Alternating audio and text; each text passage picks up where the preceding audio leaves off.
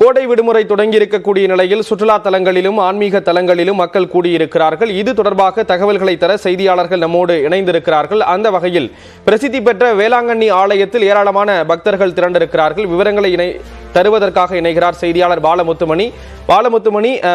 விவரங்களை பதிவு செய்யலாம் நீங்க. நிச்சயமாக ஸ்ரீராம், உலக புகழ்பெற்ற வேளாங்கண்ணி புனித ஆரோக்கிய அன்னை பேராலயத்திற்கு இந்த கோடை விடுமுறை ஒட்டி பக்தர்கள் மற்றும் சுற்றுலா பயணிகளின் வருகை அதிகரித்துள்ளது என்றே கூறலாம். குறிப்பாக அந்த சனி ஞாயிறு வார விடுமுறை மட்டுமல்லாமல் அந்த கோடை விடுமுறையும் தொடர்ச்சியாக இருப்பதனால் இங்கு ஏராளமான சுற்றுலா பயணிகள் தற்பொழுது படையெடுத்துள்ளார்கள். தமிழகம் மட்டுமல்லாமல் வெளிநாடுகள், வெளி மாவட்டங்கள் என பல்வேறு பகுதிகளில் இருந்து அந்த சுற்றுலா பயணிகளின் வருகையானது அதிகரித்துள்ளதால் வேளாங்கண்ணியை தற்பொழுது இந்த பக்தர்களின் கூட்டத்தால் களை கட்டியுள்ளது என்றே கூறலாம்.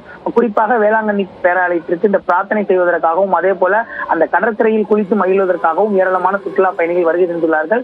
அந்த வருடந்தோறும் வேளாங்கண்ணிக்கு இந்த கோடை விடுமுறையில் வரக்கூடிய பக்தர்கள் தொடர்ச்சியாக அந்த கடும் வெயிலையும் பொருட்படுத்தாமல் இந்த ஆண்டும் வருகை தந்துள்ளார்கள்.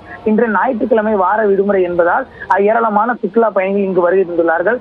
குறிப்பிட்டு சொல்ல வேண்டும் என்றால் வேளாங்கண்ணி கடற்கரை, கடைவீதி, பெரிய திட்டு, நடுத்திட்டு, பழைய மாதா கோயில், விண்மீன் ஆலயம் உள்ளிட்ட பல்வேறு பகுதிகளில் அந்த பக்தர்களின் கூட்டத்தால் நிரம்பி வழிகிறது.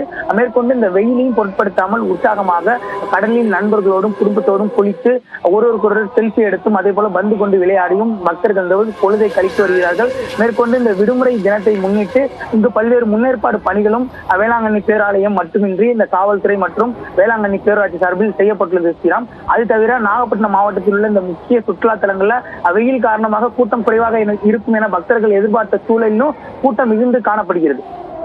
விவரங்களை வழங்கியதற்கு நன்றி பாலமுத்துமணி.